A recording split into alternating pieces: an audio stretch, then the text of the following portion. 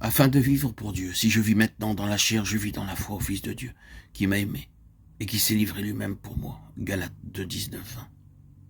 Méditons pendant un moment sur cette déclaration bien connue, afin de vivre pour Dieu. Si je vis, ce n'est plus moi qui vis, c'est Christ qui vit en moi. Si je vis maintenant, je vis dans la foi au Fils de Dieu. Je pense que c'est en vérité une question de très grande importance que nous reconnaissions l'aspect objectif de la foi de l'apôtre et de celle qui doit être de même en nous. Je veux dire que le Seigneur Jésus est l'objet de la foi présentée ici. Cela nous rend très assurés et en délivrerait beaucoup parmi le peuple du Seigneur de ces dangers qui si souvent les assaillent.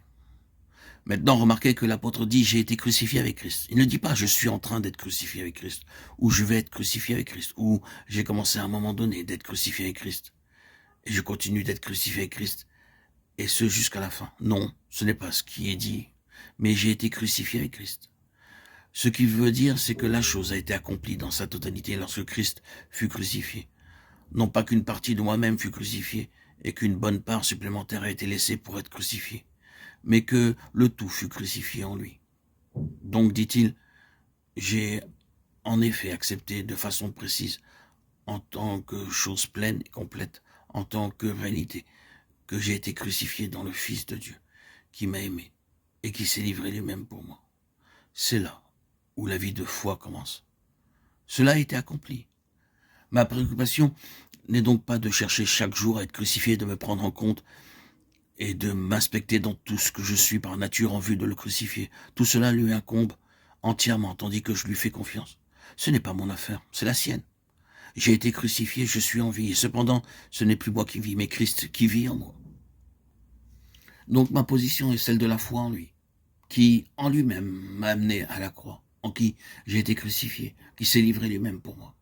La foi en lui, croyant qu'il perfectionnera tout ce qui me concerne. Je lui fais confiance de façon objective, comme celui qui, étant en moi, lié à moi, et cependant à part de moi en lui-même.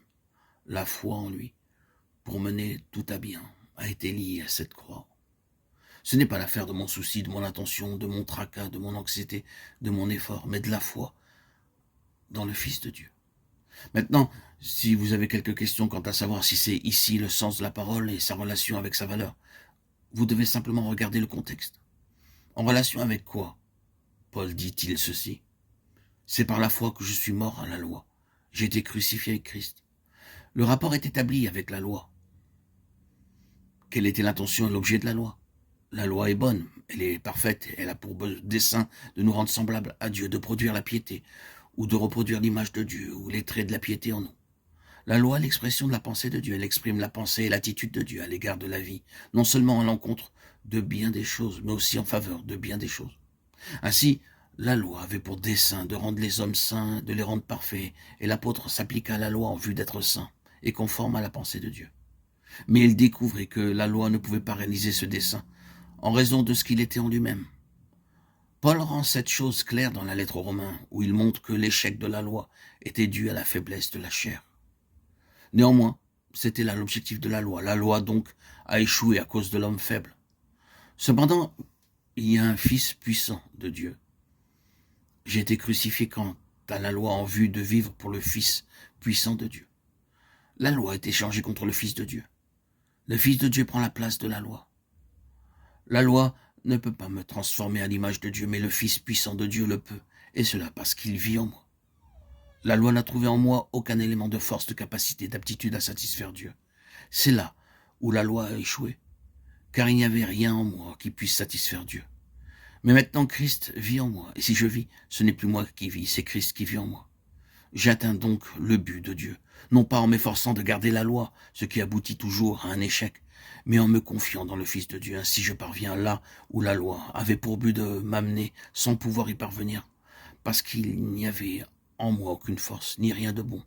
Mais à présent je parviens à ce but parce que Christ est en moi et peut m'y amener. Désormais tout ce qui est attendu de moi, c'est que je place en lui une foi implicite, sans me tracasser au sujet de ma crucifixion. Cela est accompli en Christ et je lui laisse la charge d'en réaliser l'œuvre en moi.